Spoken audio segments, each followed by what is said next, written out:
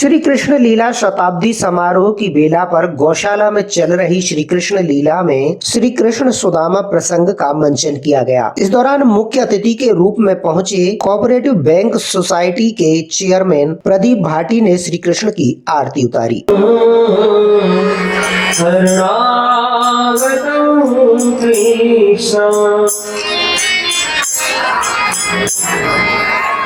हमारे मुख्य अतिथि इनके द्वारा भगवान का पूजन तिलक आरती,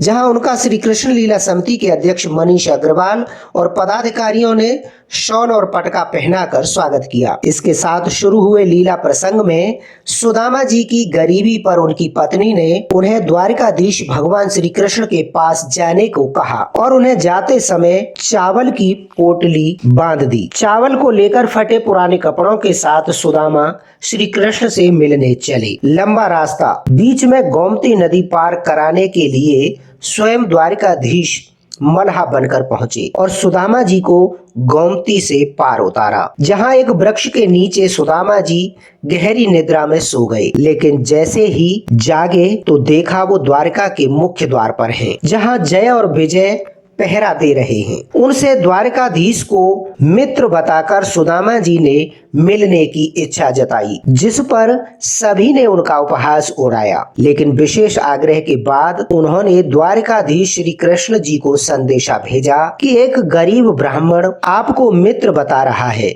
जिसका नाम सुदामा है। जैसे ही द्वारकाधीश ने सुना कि सुदामा आए हैं तो वो सिंहासन छोड़ दौड़ पड़े और मित्र सुदामा को गले लगा लिया। यह देख सभी स्तब्ध रह गए। श्री कृष्ण ने सुदामा से घर का हालचाल पूछा। भैया आप कुशल तो हो भैया, आप इतने दिनों तक कहाँ रही? आप एक बार मुझसे मिल भी क्यों नहीं आए भैया? सुदामा कहा भैया आप मुझको भूल गए भैया। तो सुदामा जी ने व्यथा बताकर कान्हा जी को सच्चा मित्र बताया। आप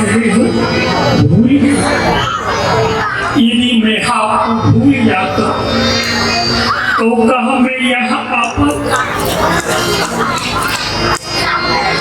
आपकी भूल, आपकी याद आपको स्मरण नहीं, मेरे जीवन को आधार। उसके बाद श्री कृष्ण ने रुक्मिणी जी के साथ आंसुओं से सुदामा जी के पैर धोए और फिर कहा कि भाभी ने मेरे लिए कुछ जरूर भेजा होगा। भैया भाभी ने कच्चू नहीं दिया तो आपकी ये आँख में कहाँ है? अरे ये पोटली कहाँ है?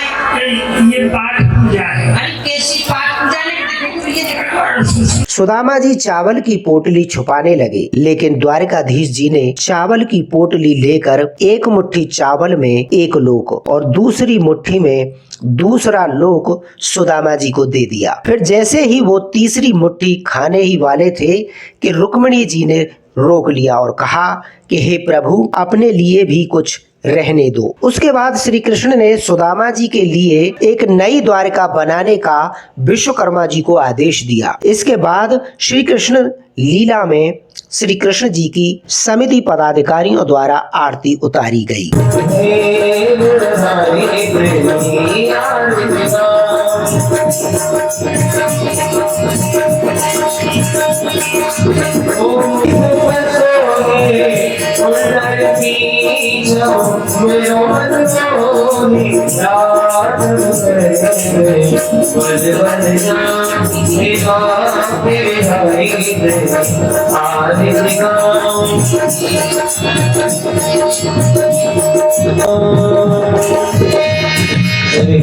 नाम लेते रहेंगे। हरे कृष्णा